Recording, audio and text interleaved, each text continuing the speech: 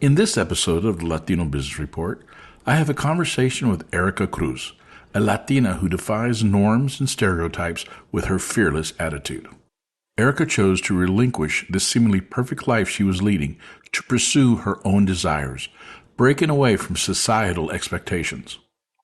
Throughout my years of meeting and interviewing various individuals, Erika Cruz's story and journey stand out among the top. Erika, a rebel at heart, departed from a lucrative six-figure tech job to forge an unconventional path to success driven by her own passion and purpose.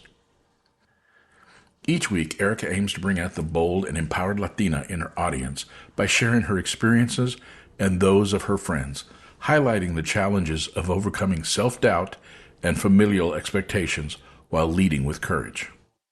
As the daughter of Mexican immigrants, Erika worked tirelessly to validate her parents' sacrifice, striving to achieve the American dream.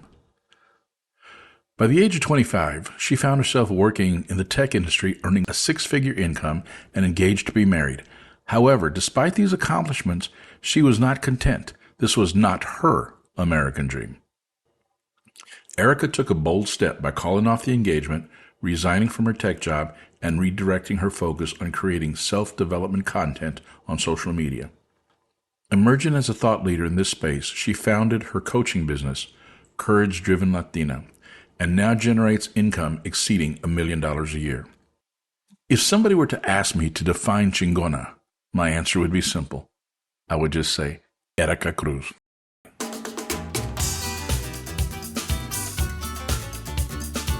Welcome to the Latino Business Report. This podcast covers business, people, and issues of the day from a Latino perspective. The Latino Business Report is brought to you by TAMAC, the Texas Association of Mexican American Chambers of Commerce.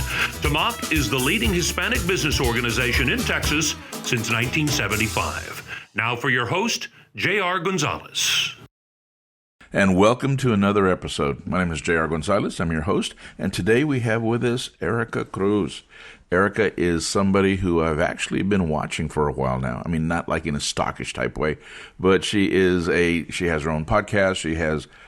She's definitely has a social media influence. And one of the things that impressed me about Erika most, and one of the reasons I have her on the show, is that she is a Latina that is out there and is a doer.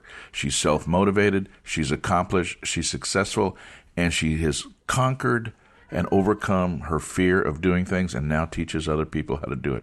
Erika, how are you doing today? That was such a beautiful introduction. I am doing great. Thank you so much for having me. I am excited to have this conversation, and I'm excited to be on your show. You like the introduction? I just kind of made that up. We can talk. We can talk after the show, and I can give you a rate card, and we can work it out. We can work something out. I love it.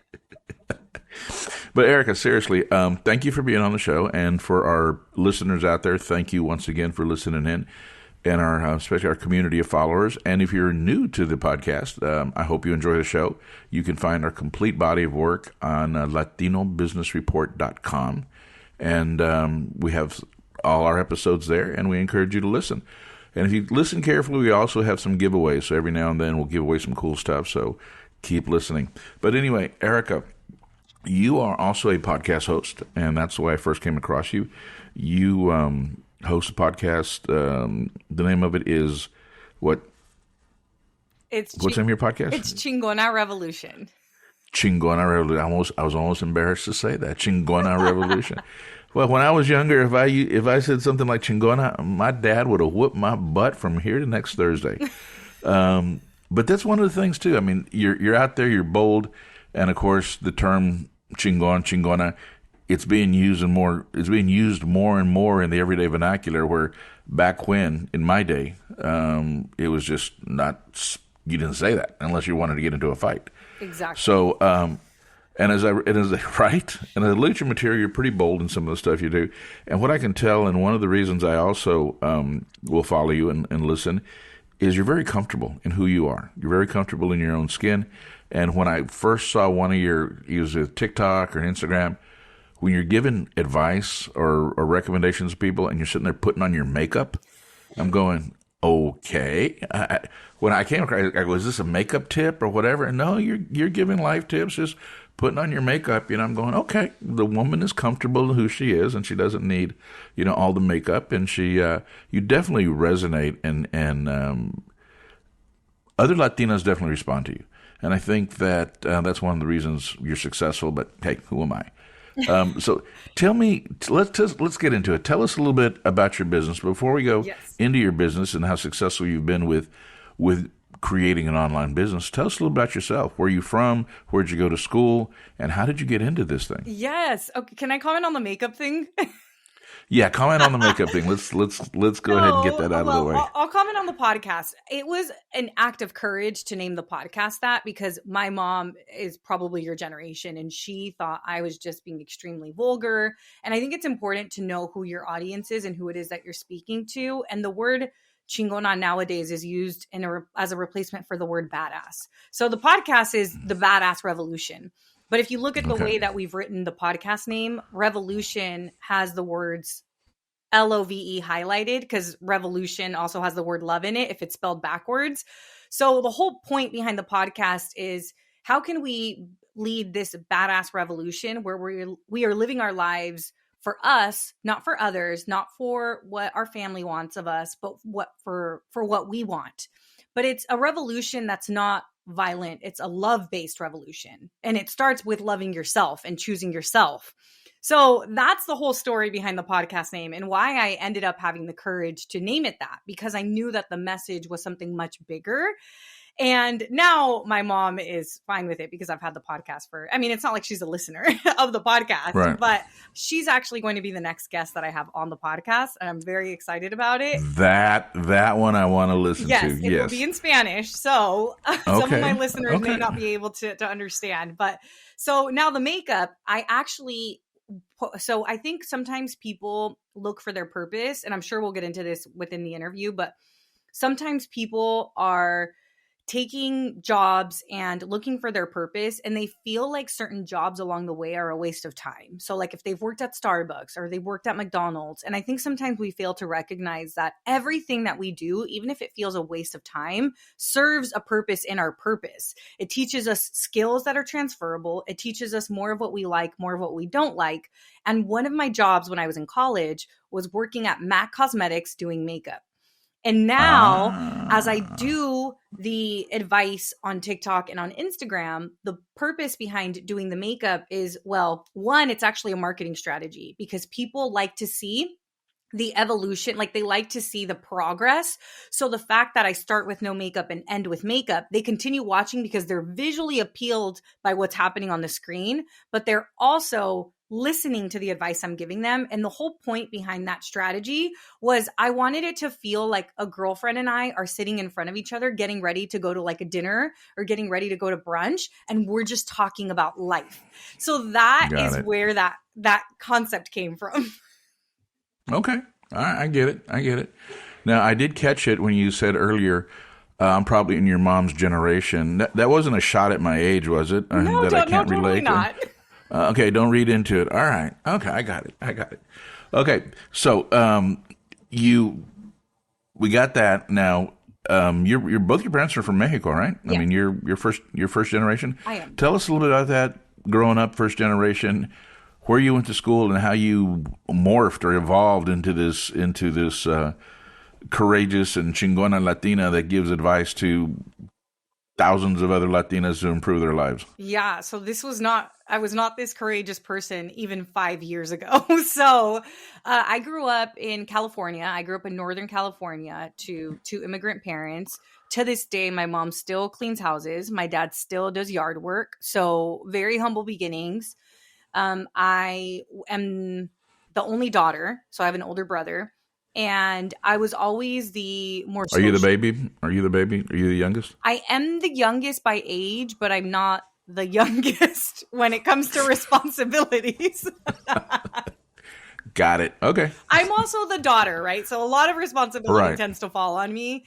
And you know how moms are with their boys. But anywho, that's besides the point. And my brother was always really book smart. So my brother was the straight A student, and I was the one who got straight C's. Like I barely passed. And I grew up. Well, those C's were for courageous, no? I know, right? I love it. Yeah. And so I grew up really believing that I was not intelligent and I hated school. But when I was in community college, I learned about mindset and I learned about how the person who starts off the smartest isn't always the one who ends up the smartest. And pretty much our abilities are not fixed. The grass is greener where you water it, essentially. So the things that you Right. work towards, you're going to get better at. And Did you learn that? Did you learn that from your dad? I learned that through a book. That the grass is greener where you water. Oh, that's so good. Well, he said he was in the lawn care business, so I just figured maybe Dad passed down a little knowledge. But sorry to interrupt. Oh man, I'm going to have to share that with him. That's hilarious. I'm bad. That's great. So because my parents didn't even think I was going to go to college. And at this point, my parents have separated and we went through I come from humble beginnings. My parents built a life that was very comfortable. They invested in properties. They had real estate. When I was 12, they split up, lost everything. So I went from having this abundant childhood to suddenly I have to work to survive. And I think that also geared me into a little bit of survival mode. And I knew that I could use this big change in my life as a catalyst to push me forward or as an excuse to go do whatever I want and mess up in my life, essentially. And I chose to get ahead. And so that big moment in my life when my parents separated, I really tapped into my own independence. And that's where I think a lot of my drive comes from. And I go to community college. I learn about mindset. I end up applying to UC Berkeley. I got in. So I was like, I better go to this school. I go to that school. The first week that I'm there, I almost drop out because I had the most amount of imposter syndrome that I've ever had. I remember my mom called me. I was on my way to school and I was already crying. And she, moms just know. So she's like, Mija, what's wrong? Like, ¿qué pasó? And I said, Mom, somebody's going to get fired. And she was like, ¿de qué estás hablando? What is this? And I said, somebody's going to get fired because they let me into this school and I don't belong here. And they messed up bad. And Erika, go ahead. Let's do that for those out there who may not be aware of the term imposter syndrome. Mm-hmm. Can you just explain that a little bit so we can give a little clarity to your story here? Yes, definitely. So imposter syndrome is the experience that one feels when they have evidence that they are successful, but they still doubt it. So they're feeling like of an imposter or like a fraud, and that feeling of, oh my gosh, I don't know what I'm doing and somebody's going to find out. So it's really that feeling of somebody's going to find out. It's nothing more than doubting yourself and your abilities. Got it. So you had the grades, you got admitted to the university, but once you were there, you're going, what the heck am I doing here? I do not belong. Exactly. Okay. Well, I hope nobody got fired. I'm sure they made the right decision in letting you in. Nobody got fired. I did not end up dropping out. And my last semester there, I got straight A's for the first time in my life. The first time in my life. Never had I ever gotten straight A's. And it really I think that's why I'm so passionate about mindset. I don't think I've ever made that connection. So a lot of what I end up doing now, I know you were asking me earlier what it is that I do. So I graduated from Berkeley. I ended up working in the tech industry because I got recruited my senior year. I got recruited by a company named Oracle, a big tech company. And then I stayed in the tech industry for about 8 years. But I always knew that I wanted to work with my community. And there's not a lot of Latinas in tech. I want to say we make up like not even 1% of that space. And I got really into diversity, equity, and inclusion. So that kind of kept me there for a little longer. But during the pandemic, I had already gone to yoga teacher training. I started a food blog, and I was just trying. I mean, really like yoga teacher training. Yes. So, were you thinking of changing careers and teaching yoga on the side, or what? I thought I was going to be the Latina yoga instructor. I thought I was going to be the person who was going to bring like yoga to the community to help us with mindfulness to help us heal our body. I mean, I was already thinking Bad Bunny playlists while we had, like Yoga Flow, Vicente Fernandez playlist. I mean, I had it like all planned out. And then I got my yoga teacher training certification at the end of 2019. And in 2020, all of the yoga studios closed. So it was almost like the universe closed the door. Like, nope, this isn't your route. Take another one. And that's when I turned to social media because I was already creating content. And I went from creating food content to yoga content to then just giving life advice because that's what appealed the most to people. And I had already gone through this whole healing journey. I mean, I called off an engagement. I don't think I've mentioned this to you, but like the first act of courage was me calling off an engagement. And we could come back to that if you'd like. And I went deep into the hole of self-development and really like self-discovery. And through yoga is where I learned about mindfulness and I learned about meditation and I went that route. And that's kind of what projected me into the self-development world. And when I started creating content around that, especially when the world shut down and there was so much uncertainty, I remember I was creating content on TikTok and people laughed at me because this is when only the kids were on TikTok.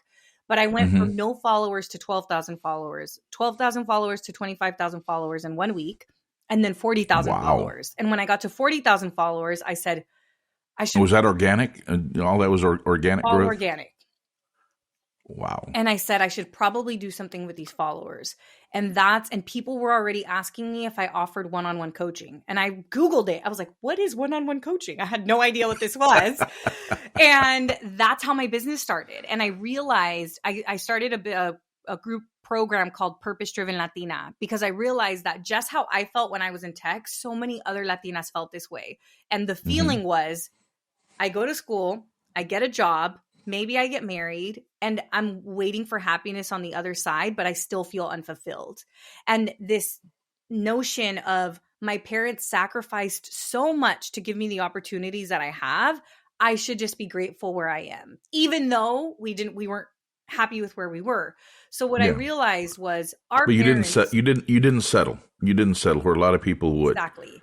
Yeah. And it's like, why would we settle if my parents left their home country and everything they knew to clean houses and do yard work for me to go do something I'm not even happy with? Like, no, that doesn't make any sense. Like, if they did all of that, why would I not go fulfill my purpose, become the best version of myself and create something bigger than me to then also be able to give back to them? Okay. Do you feel that this is your purpose? I do. And I feel that a purpose is not a destination. Your purpose is a state of being. And I have to honor who I am every stage of the way because what my purpose was in 2020 is different than what it is now. And it's different than it will be next year. Makes sense. As you said, things are constantly changing. Exactly. So curiosity, at Berkeley, what did you get your degree in? I majored in media studies and ethnic studies, specifically Latino Hispanic studies. Okay. All right. And I'm just trying to figure out how that kind of translated into the tech world. I understand the media. So you entered the tech world, Oracle, some other companies, 6-figure jobs, and you quit that. Yes. What was that motivation just to go, I mean, come on, girl. I mean, you're single, you're out there, you're successful, you've went through a community college, overcame imposter syndrome, you got your degree, you're in the high tech world, you're a pioneer, a Latina pioneer in the tech industry, and you go, okay, I'm done with this, I quit, I'm gonna go start my own business. I know. Okay, since you mentioned I'm probably as old as your dad, I go, Mija, what were you thinking? What were you thinking? Yeah, my mom was like, ¿Estás loca? She really was so concerned because she was like, you're working this job that lets you work from home when people are losing their jobs during the pandemic. You are traveling the world. I mean, obviously during the pandemic it stopped, but I was traveling away. I mean, I went to so many countries on the company's dime. I was leading relationships with clients that a 20-something-year-old would not be leading at a company like Google or these bigger companies. And it was simply because of my language abilities, because I spoke English and Spanish, and because of my social abilities. and just my people skills. So I ended up just in this position because I worked at a startup where I was making over 6 figures. I'm in my 20s. I'm traveling the world. I get to work from home. Like they pay for my phone bill. I mean, it was great, right? Like best medical insurance that I've ever had. And here my intuition is asking me to walk away from this. So my intuition is asking me to walk away from this. And then my mom, who like is my why, she's the reason behind all of this, is asking me if I'm crazy because she knows that she can rely on me if she needs. And now I'm walking away from a steady income, which means she also can't rely on me because she's getting ready for retirement. So there's a lot of factors at play. But your mom thought you were the smart one in the family, right? She goes and pulls this thing. Exactly. So a few things happened for me to be able to make this transition. Well, first and foremost, I was already making money from my business. It wasn't like I wasn't making any money. I want to say I had probably made around $20,000 or $30,000. So it wasn't that's like the courage. That's the Courage Driven Latina. That's your business. Correct. Okay. Yeah, I had. So you had a little side gig going as you're still doing the 6-figure thing. Exactly. Got it. Okay. So that I had already validated that I could make money, which I think sometimes people misinterpret, like, oh, follow your purpose, and they think, oh my gosh, I'm so unfulfilled in this job. Let me just go all in on like my passion.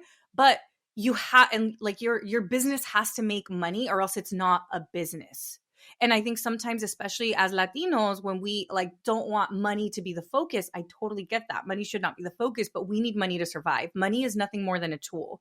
Money is going to help you pay your bills so that you can do what you love. So it's really important to simplify your business and make money as fast as possible and keep doing what's making you money, not changing directions. So when I started Courage Driven Latina, I kept going after just repeating the same program that I had already validated that worked. So there was that. I had already made money. The second thing was I moved back into my mom's house so that I didn't have to pay a $3,000 Silicon Valley rent, which is what I was paying. So I reduced my expenses. I had money saved up for what I thought was going to be purchasing a home. I said, what's more important, me being a homeowner or me starting this business? Starting this business was more important to me because I was already working with Latinas. I was already seeing the transformation they were experiencing. And I look at our purpose like prescription glasses. Only I could see through them. I couldn't hand you my prescription glasses and expect you to see what I see. So my goal is or everyone's goal, I think, is to make your vision a reality, not expect other people to see your vision. Because your vision's for you, it's not for other people. Okay. And then I think that's a good analogy. Thing that helped me with making the jump was that it was the pandemic and we had healthy people passing away. And it really just became this wake-up call of tomorrow is not promised. So you might as well go after what you want. And I think I had mentioned this to you when we had spoken before. I really had to ask myself the question, what's the worst thing that can happen? And the worst thing that could happen if I left tech and I started this business and I didn't make money was that I had to go back to tech. And if I did that, that would have been fine. But I then had the realization I'm in the worst possible situation right now because I'm already in tech. So I might as well go give it a try. I have nothing to lose. Okay. There you go. Well, in a weird kind of way, that makes sense. I definitely appreciate your different way of thinking, but yeah, it worked out. That's the important part, is it worked out. It did. And even if it wouldn't have worked out, I don't think I would have regretted it because I would have learned so much with just starting this business. Even because I've had clients who leave their job, start a business, and then end up going back to a job, and then you don't regret it because you learn so much. Failure is a hell of an educator, man. It's like, exactly. JR, you failed at that, and I go, no, I didn't. I just learned a lot more. Exactly. So you moved back home and you built literally $1 million business out of your childhood room. I did. That is incredible. So you got into the whole social media. So the Courage Driven Latina, is that your registered name for the business? It is my DBA. So I DBA. have, Okay, because And I asked that because I've noticed through your business model, you have multiple streams. I mean, you have the Courage Driven Latina, Yes. you have the podcast, you have your coaching. So can you kind of explain your business model to us and how you set that up? Yes. So here's how I describe what I do because it can be very confusing for people. I do one thing. The one thing I do is I create good content, whether that's through my podcast or through Instagram or TikTok. And the reason that that's the one thing I do is because that is the one thing that brings in the different streams of income. So the first offer I have is coaching. And people can work with me through Courage Driven Latina, which is my signature program. And Courage Driven Latina is for Latinas who are looking to take action on a courage project. So anything that excites them, scares them, and makes the world a better place. A few examples are people have launched podcasts inside the program. People have started businesses inside the program. Others have negotiated their salary inside the program. So they just work towards something courageous and they learn the skill of courage. And But that is my main program. that courageous move is what they want in their life, not necessarily something you recommend or whatever. So, okay, I get it. Yes. So they pick it. What is your dream? What is your passion? What do you want to pursue? And you give them the tools and the support to make that happen. Exactly. Yeah. So that's the first stream of income, coaching. And then I also have a mastermind that's meant for women entrepreneurs. It's called Magnetic Mastermind.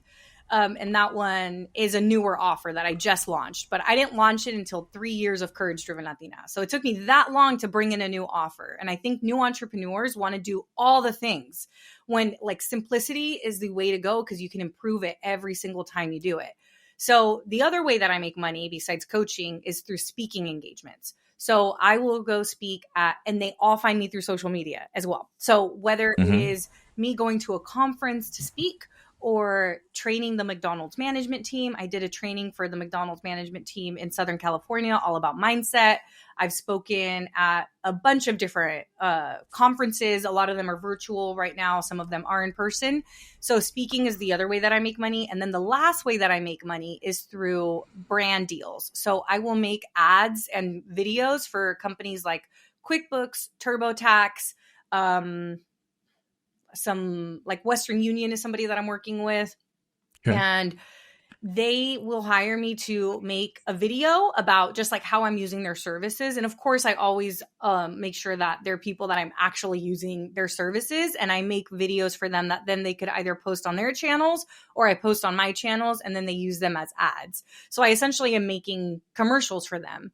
And it's the reason that companies want this is because they could go out and pay for a TV commercial, but now we're all spending time on our phones and they'd rather work with people who already have a following, who already have people who know, like, and trust them and create a more organic ad, essentially.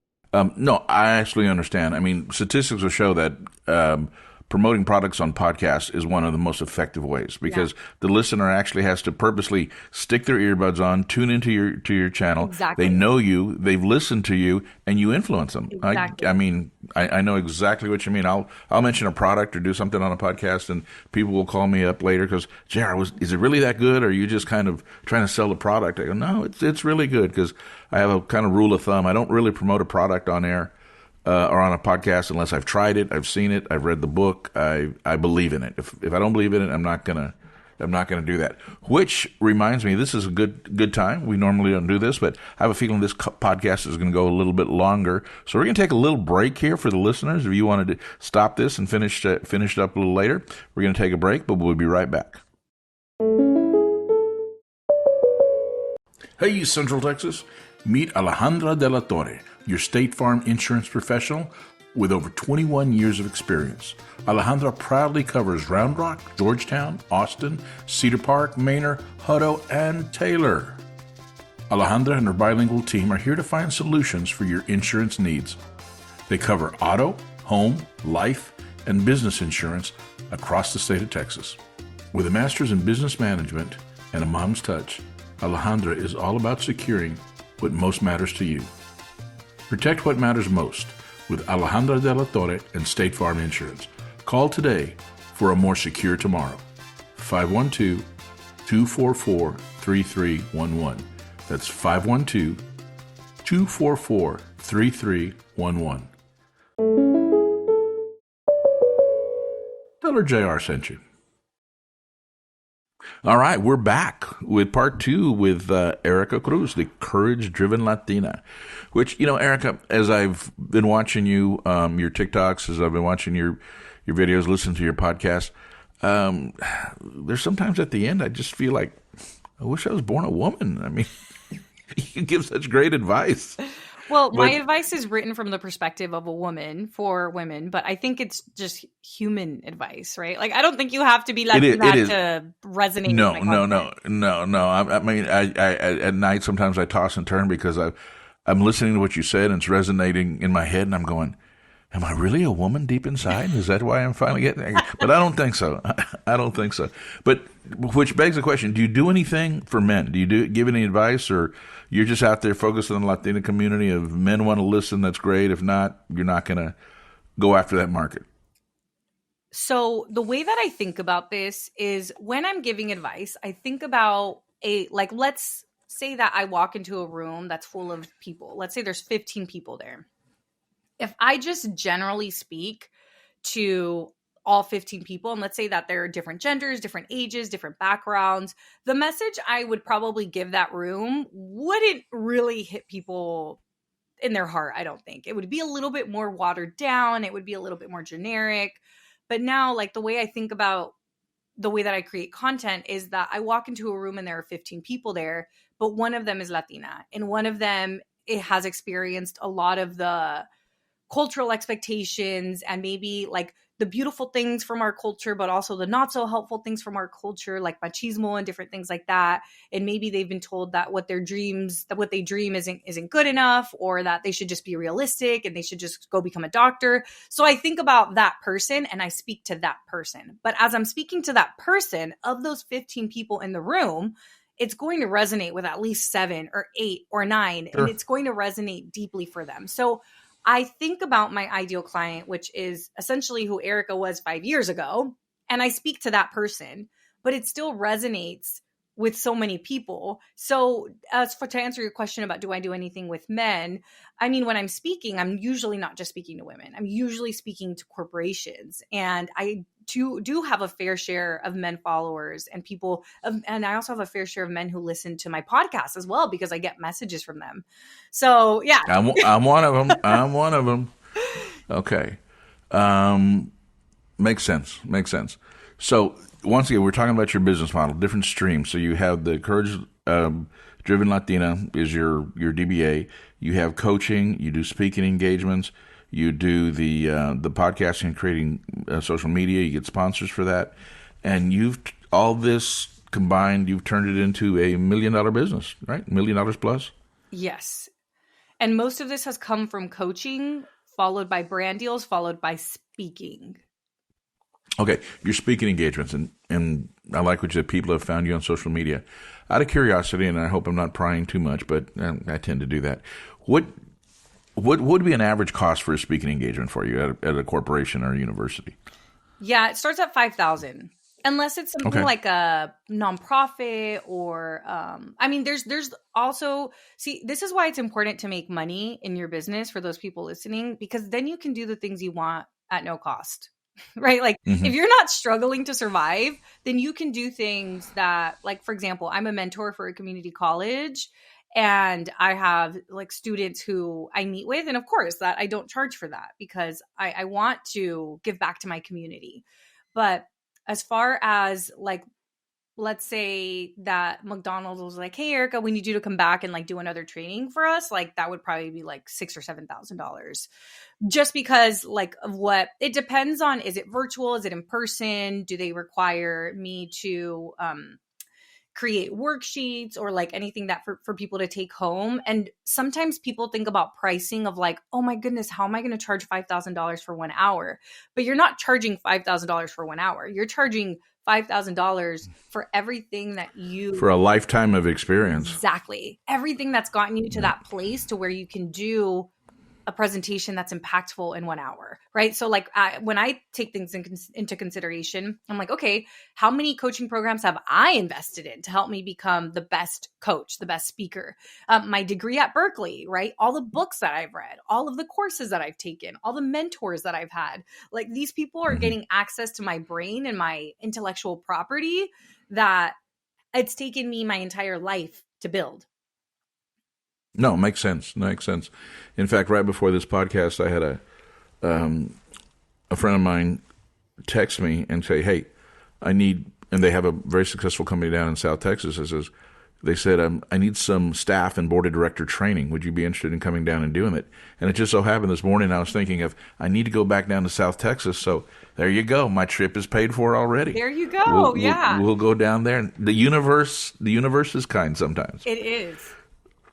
So, Erika, as you have your business, what does the future look like? You said, you're completely different than you were 5 years ago. So, as a business person, looking at your business model, the success that you've had, where do you see yourself in the next 2 to 3 years and then 5 years?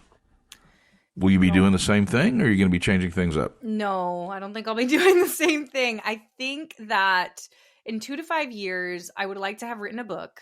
I would also. Okay, I'm actually surprised you don't have one out already. It took me a year and a half to start my podcast, and it wasn't because I didn't want to. And I believe it's just, I'm aware of how much time things require to do them correctly. And the moment that I launched my podcast, I've never missed a week of releasing a podcast. Like by the time we got around to it, and we also got to a lot of listens because I had already built my personal brand. So with the book, I am constantly testing out my frameworks, my analogies, my intellectual property with my group program, Courage Driven Latina, so that when I write the book, all of that has been tested. And then I'll have so many customer stories to talk about in the book and in my life as well. It'll probably be a book about helping you tap into courage. No, I mean, I look forward for that coming out, and I'll probably be one of your first buyers on that book. But so you have the book, and you're moving forward. You say you're probably going to be doing something different. How do you plan on evolving into the next level? Yeah, how do I plan to evolve to the next level? It's really prioritizing my me time, because that is when I really get to connect to my intuition, when I really get to reflect on, my community is the guiding principle, right? I'm everything I do is for my community and to help the community get ahead. So I see trends, right? Like I'll see what's kind of happening based on my clients. How do you define your community? Who is your community? My community is everybody who wants to see individuals of color advance. So my community, you don't even have to be Latina, right? Like if you're an ally or an advocate for equality and for, if you're an advocate for equality, like I consider you part of the community. You're invited to the carne asada. Oh, okay. So technically I'm part of your community. Of course. That's what yes. All right. All right. I just wanted to get that definition because you put it out there, and your community, and that can mean so many different things to so many different people. I just want a clarification to help understand this. So as you're doing stuff for your community, you also said something that caught my attention, is your personal brand. That is so important. People are talking about branding, your personal brand. I, for one, really have I think I have an idea of what it is, but what is somebody's personal brand and how do they build it? That is a great question. Without charging me $5,000 right now. So your personal brand is essentially your movement online, right? It's like, what do you stand for? And typically, so there's you as an individual, right? And we all have personal brands, whether we like it or not, but sometimes we're just not intentional with the way that we put ourselves out there, because maybe we're just sharing one thing here or one thing there. But your personal brand is your presence, your digital presence, and what it is that you stand for. And it's a place for you to be able to share what it is that you care about, the different things that you're involved in.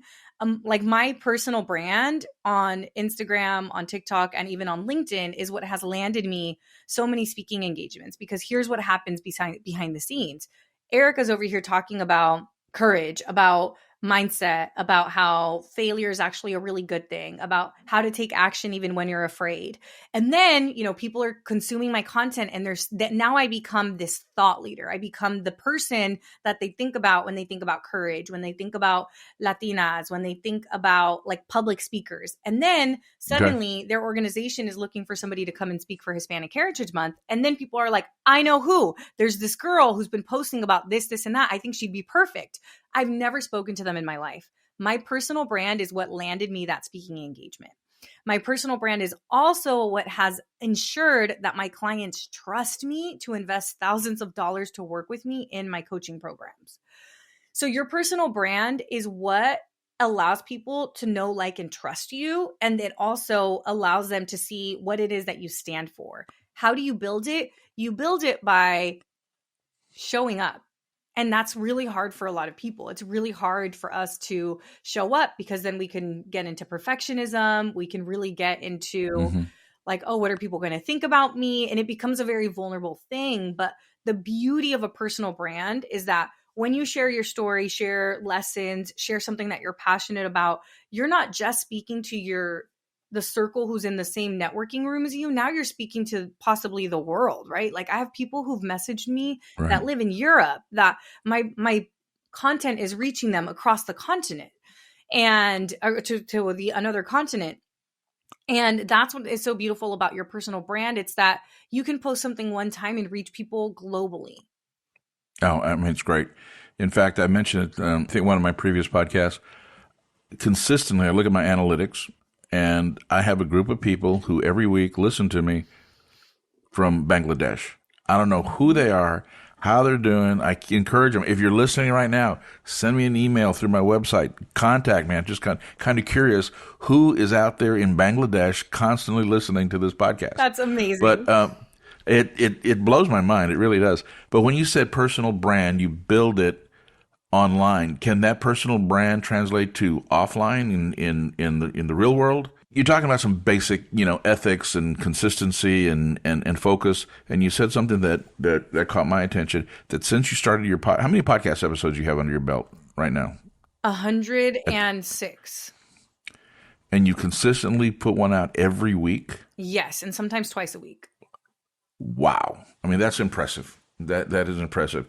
Because one of the things, I try to knock one out once a week, but something called life gets in the way every now and then, and it's difficult. But that is impressive, Erika. It really is, to be able to have the dedication to do that. And I think that's one of the things that is key to your success, and something that people need to know. If you're going to commit something, commit to it.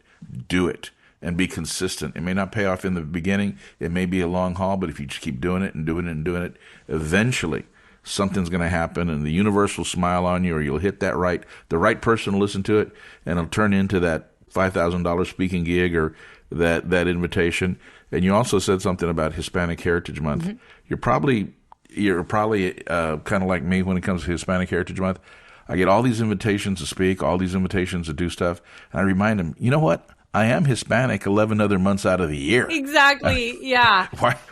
Why do we have to cram everything into this one month? But that's another story we'll go into later. But don't get me started on it. But thank you for sharing your information. We've covered a lot. There's a lot that I know that you are just a vast vessel of knowledge and information here that goes layers and layers. Is there anything you'd like to talk about or mention that we haven't? Yeah, I think the thing that I'll mention, and you just alluded to this as we talked about creating your personal brand and how that can translate to happen offline. And what I want to specifically refer to is community and just people who support you. So if you have a goal to do something. I mean, we talked about your vision being for you, not for others. And my mom, for example, didn't understand the vision of me creating this business when I was at a quote at a quote unquote, successful job and had it all figured out.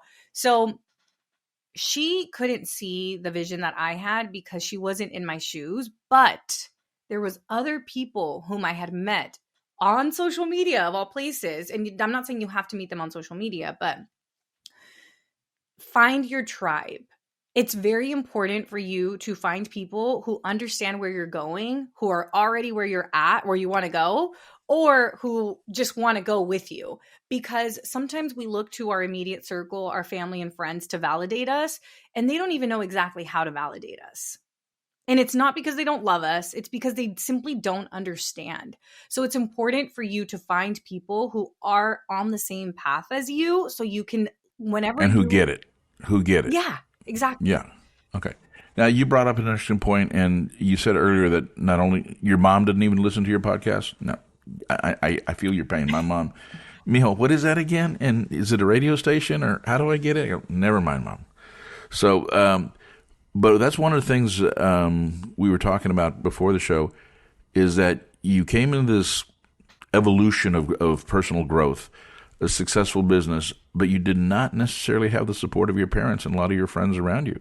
I mean, that can be difficult, especially in the Latino community. I mean, if your friends aren't supporting you, your parents who you respect and admire and have worked so hard for you to be successful, if they're not supporting you, Erika, I imagine that was tough. Totally. Yeah. And there was a lot of times I would have probably quit if it wasn't for being surrounded by other people who were also putting in the effort to do something similar, people who understood what I was going through. And I think as I think about what community is, I think community is the people who remind you of who you are when you've forgotten, because everybody's going to doubt themselves. It's so much easier for us to have a negative thought than a positive thought. And that's just because we're human, and that's how our brains were wired for survival. Because back in the day, if we were out living in tribes and it was a big possibility that a lion could come out and eat us, our brains are negatively wired for survival. So it's much easier for us to think negative thoughts. So you are going to doubt yourself, and that's okay. There's nothing wrong with you. You just need to have people around you who are going to remind you of who you are. And it's also important for you to remember, why are you doing this? Like, what's the bigger purpose behind it? Because if my goal, like, let's say I went into this business and I said, I want to make $1 million in 3 years, and that was my North Star, I'd probably be back in tech right now. That is not a deep enough reason to that, like I want to make $1 million wasn't going to get me through the hard times. Yeah. My community needs this because it saved my life is a much stronger why. I hear you. I hear what you're saying. I am a believer, and I tell people, money should be a byproduct of doing what you enjoy doing. Yes. Money should be a byproduct of doing what you enjoy doing. Find something that you're passionate about. Do it to the best that you can, and the money will follow. Yes. The money will follow. That's the way it's supposed to work, at least. So, Erika, I cannot thank you enough for being on the podcast, and got one last question for you here. And if you have anything else you want to add, I want to give you that opportunity. What advice would you give to yourself 5 years ago? You're Erika Cruz 5 years ago. If you could give yourself advice back then when you were completely different, a different person, what would you say to yourself? I would say to her, take a breath. Nothing bad is happening. I know you feel like you're wasting your life right now doing something that feels unfulfilling, but you're actually learning so many skills that are going to be beneficial the moment that you start your business. And you are not behind. You're going to start your business at the perfect time. It is going to be divine timing. And that little voice that you have inside of you, listen to it. She's right. But don't beat yourself up because you feel like you're behind. Now, what advice would you give to the people listening right now, especially those young Latinas? Well, they don't have to be young. The Latinas out there that are maybe in a rut, stuck with cultural stigma, that want to be everything they can. They just don't know how. Besides signing up for your course, I mean, that's a given. We'll in the podcast notes, we'll do a link to your website and other information. So if anybody listening wants to get in touch with Erika, you can, and it's relatively easy. She has a great team. You can reach out to her, and it'll definitely respond. Yes. What advice would you give?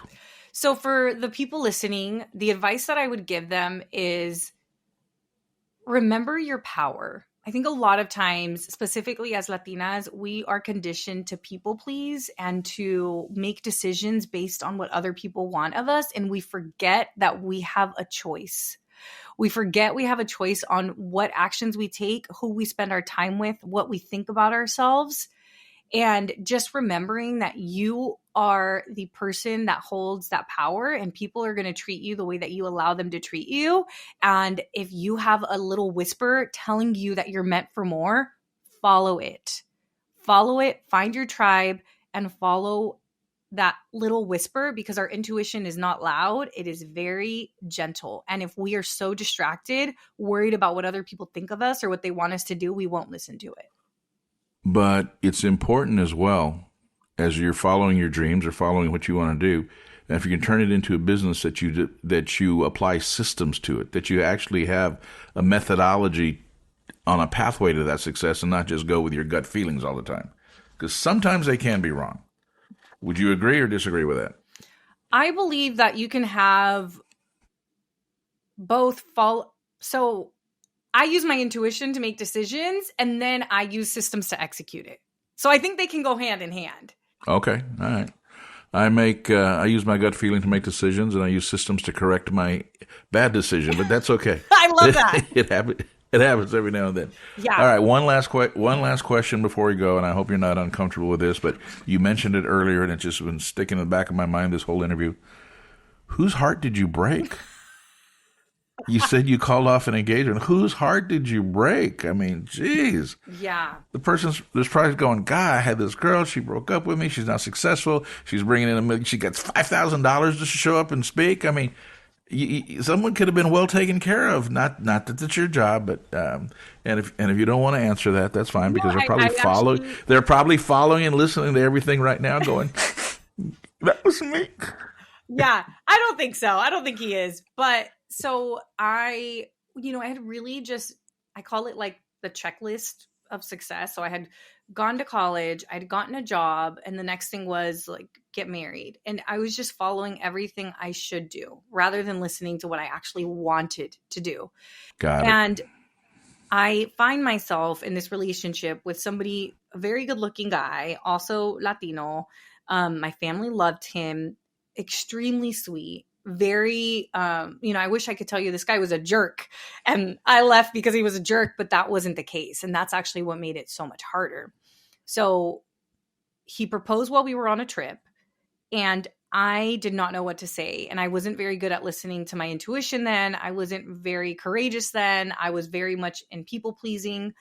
So I said yes. And about a month and a half after getting engaged, I couldn't anymore. Like my intuition wasn't letting me sleep at night. I was making pros and cons list. I mean, I was just asking everybody for advice. Okay. And then I realized, would I want somebody to marry me if they were back and forth like this? And I'm like, no, of course not. And then I realized, well, like if I marry this guy, I'm not letting him be with somebody who actually wants to be with him. And that's not fair to him either. So one day on a sunny Sunday afternoon, we got to my apartment from my mom's house where we had had a lunch or a dinner. And we get back home and I just broke. And he was like, what's wrong? And I said, I'm really sorry, but I can't do this. And I took the ring off. Did you give him one of those "it's not you, it's me" deals? I mean, I did seriously? Not. I did not. I took the ring off. I handed it to him, and he knew that I was already doubting it. Yeah. And he gave me a hug, and he walked out, and I've never seen him again. Well, at least you gave him the ring back. I did give him the ring back. Yes. Okay. And all right. It was very difficult because, again, he did nothing wrong. It was just not what I wanted. But he was ready to have kids. And I knew I wanted to start a business. We just wanted different things in life. And now, we have, some mutual friends. So now I know that he's, married, has a kid, and I'm sure he's extremely happy. And in the end, it was the best thing for everybody. Had I married him, we wanted different things in life. And sometimes you meet great people, that just aren't supposed to be in your life forever, and that's okay. And I think sometimes we just have such a hard time letting go. But that moment when I called off that engagement, it was the first time I said that was yes a defining moment. That was a defining moment. Yes. I don't think I'd be a business owner if it wasn't for that. Like that was the first act of courage. An act of courage. You threw away, traditions, cultural stuff, everything else that goes along with that. I mean, pressure from your friends, your parents, and everybody likes each other. Okay. All right, Erika, let's wrap it up. God, I can't believe we've gone this long, but I've really, really enjoyed the conversation. Where can people find you? I don't have that list in front of me because it's just a plethora of locations that Erika Cruz is all over the place. So give a little checklist, and I'll try to include all these places in the podcast notes. Okay. Okay. Perfect. Where can we find you? So it's actually pretty easy because it's the same name everywhere. So you can find me at the Erika, and that's Erika with a K. So Erika Cruz. You can find me with that username on Instagram, on TikTok, on LinkedIn. Am I anywhere else? I think YouTube as well. We started putting the podcast on YouTube. And that's also my website. So it's theerikacruz.com. And there's also, I have a page for Courage Driven Latina on Instagram and on TikTok. So you can also follow the Courage Driven Latina page if you'd like. But Instagram is where I spend most of my time. I'm usually on stories, or I'll go live there, or obviously my podcast, which is Chingona Revolution Podcast, where you can find it pretty much where all podcasts are found. And if you like anything that was said during this interview resonated with people listening, I'd love to know. So send me a DM. Instagram is the best place to DM me. And yeah, I had such a good time. Thank you, JR. All right. Thank you. Once again, this is the Latino Business Report. My name is J.R. Gonzalez. I am your host. And for our complete library of interviews, you can go to latinobusinessreport.com. Send me an email, DM, do something. We're out there as well. We're not as popular as Erika, but we're trying. We're trying. But also, and keep in mind, for this holiday season, or if you're ever interested, I definitely have some Latino Business Report shirts and caps that we're more than happy to send you if you'd like to go ahead and sport around one of the Latino Business Report shirts and going, this is who I listen to. Now, some people don't want to admit that they actually listen to it, and some people don't want people to know that they actually listen, but we do have our community of listeners. Guys, thanks again. Till next time. And Erika, thank you very much for being on the show. Thank you.